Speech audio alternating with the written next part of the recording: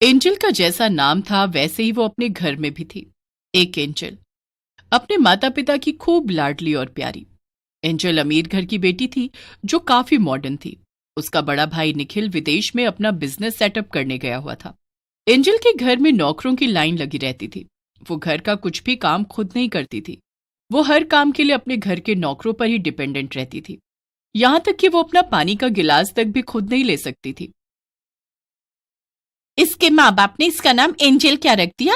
ये तो खुद को सचमुच ही एंजल ही समझने लगी। ये नहीं चाहिए, वो चाहिए, चाय नहीं पीनी, जूस पीना है, ठंडा पानी नहीं चाहिए, गरम चाहिए। ना जाने कितने नखरे हैं इस लड़की के। भगवान ही बचाए इस बला से। तो ये लड़की तो पता नहीं अपना घर कैसे बसाएगी। और नहीं तो क्या, हर वक्त ये हम पर ऐसे ऑर्डर झाड़ती रहती है जैसे हम इसके नौकर नहीं बल्कि कोई कर्जदार हो जिसने इससे कर्ज ले रखा हो। और अगर भूल से भी कोई भूल हो जाए तो इतना सुनाती है कि कानों से खून आ जाए। अरे मैं तो कहती हूँ इसे ऐसा ससुराल मिले जहां इसकी जिंदगी हम नौकरों से भी बदतर हो, तब पता चलेगा इसे। तभी एंजल शीलाबाई को आवाज देते हुए कहती है, शीला, ओ शीला, कहाँ मर गई? जी जी मेम साहब।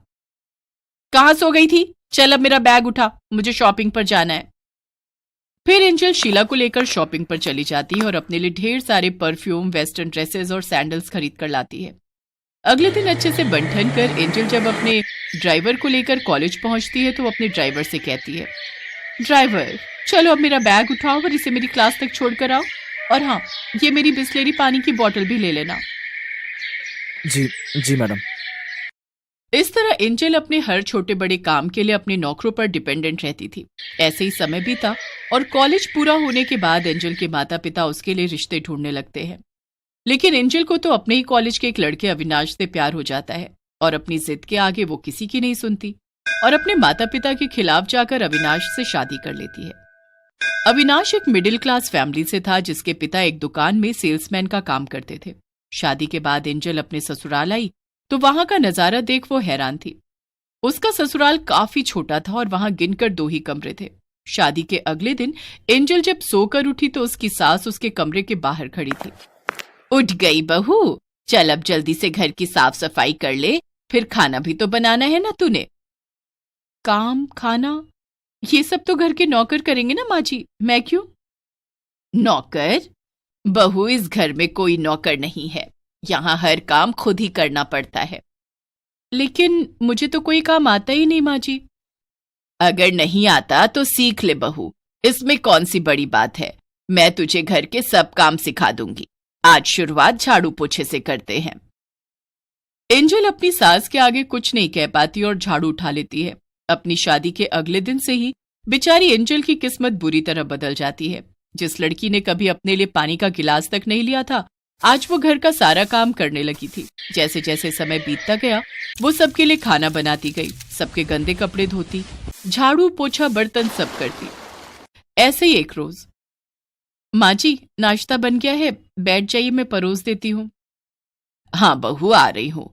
अच्छा सुन, मैं ना आज कमला के घर कीर्तन में जा रही हूँ, तो तू बाजार से सब्जियां ले आना। जी माँ जी।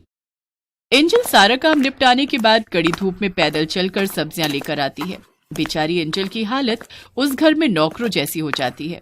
जो पहले नौकरों को भला बुरा कहती थी, उन्हें ऑर्डर करती थी, आज उसके ससुराल वाले उसे भला बुरा सुनाते हैं। एक रोज जब एंजल बर्तन धो रही होती है तो उससे चाय के कप टूट जाते हैं, जिस पर उसकी सास उसे खूब भला बुरा सुनाने लगती है। बहू रानी, तेरा पति इतना नहीं कमाता कि तू रोज ये बर्तन तोड़ती रहे और वो नए लाता रहे। अरे बड़ी मुश्किल से तो इस घर का खाने का गुजारा निकल पाता है, ऊपर से तू है कि नुकसान पे नुकसान किए जा रही है। अगर तू मेरी बहू की जगह इस घर की नौकर होती ना, तो मैं तुझे अभी धक्के मारकर इस घर से बाहर निकाल देती, समझी? तभी अविनाश वहां आ जाता है। बस करो माँ, वो बेचारी अपना सब कुछ छोड़कर मेरे लिए इस घर में आई है, इस गरीबी में गुजारा कर रही है और नौकरों जैसी जिंदगी जी रही है। लेकिन आज तक उसने उफ तक नहीं की और आप हो कि उसे सुनाए ही जा रही हो। ये मत भूलो माँ कि एंजल एक अमीर घर से आई है और उससे बचपन से लेकर बड़े होने तक अपने घर में एक काम तक नहीं किया है, लेकिन यहाँ आकर इसने हमारी खुशी के लिए सब कुछ किया। दरवाजे पर खड़ा एंजल का भाई निखिल ये सब बातें सुन रहा था। उसे अपनी बहन को देखकर उस पर बहुत दया आती है। एंजल, मेरी बहन। भैया, भैया, एंजल अपने भाई के गले लगकर खूब रोती है। रो मत मेरी बहन, अब मैं आ गया हूं ना, मैं सब ठीक कर दूंगा। एंजल का भाई विदेश में बहुत ही अच्छा बिजनेस चला रहा होता है, जिससे उसकी खूब अच्छी कमाई होती है।